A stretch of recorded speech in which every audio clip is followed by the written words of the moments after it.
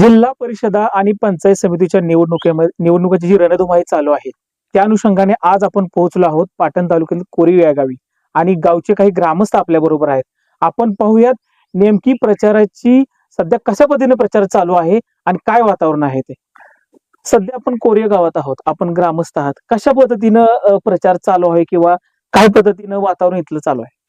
Prachi madam ह्या 10-15 वर्षापासून समाजकार्य काम करीत आहे. तरी आता त्यांची चांगल्या प्रकारे वातावरण गावात आहे. आम्हाला 60-70% मतं मिळण्याची चान्सेस आहेत. ते महिलांनी ह्यासनी रोजगार निर्मितीसाठी त्यांची प्राणा फाउंडेशन तर्फे त्यांचं मोठं काम चालू आहे. त्यामुळे त्यांचं वातावरण आमच्या गावात चांगलं आहे. आम्हाला 60-70% मतं गावात आम्ही घेणार आहे. परंतु जर विरुद्ध दिशेला किंवा विरुद्ध बाजूला जर आपण पाहिलं तर बलाढ्य अशा पद्धतीचे उमेदवार उभे केलेले आहेत. त्या अनुषंगाने कसं पाहतं गाव तुमचं किंवा तुम्ही ग्रामस्थ म्हणून कशा पद्धतीने डिपेंड करताय? हे आता जे आमच्या विरोध गटात जे उमेदवार आहेत जिल्हा परिषद त्यांचं काही सुद्धा कार्य गावात नाही किंवा समाजात आता सुरुवात त्यांची आता नाव आलेलं आहे.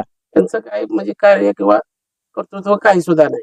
त्यामुळे आमचा जे उमेदवार आहे प्राची मॅडम, प्राची नरेंद्र पाटील हे आमचे योग्य उमेदवार आहे असं आम्हाला सगळं मतदाराला वाटतंय. काय काय म्हणून मत द्याल तुम्ही किंवा तुम्ही का मत द्यायचं त्यांना? कशा पद्धतीनं म्हणजे काय कारण काय असू शकतं? आमचा उमेदवार हा भविष्य काळात आमच्या गावासाठी किंवा अख्ख्या जिल्हा परिषद काम करणारा माणूस आहे. सुशिक्षित आहे किंवा कामाचा उमेदवार आहे. दुसऱ्या विरोध गटाविषयी विचारलं तर ती एक स्त्री मुलगी आहे. त्यामुळे तिचं काही कार्य जमणारच नाही.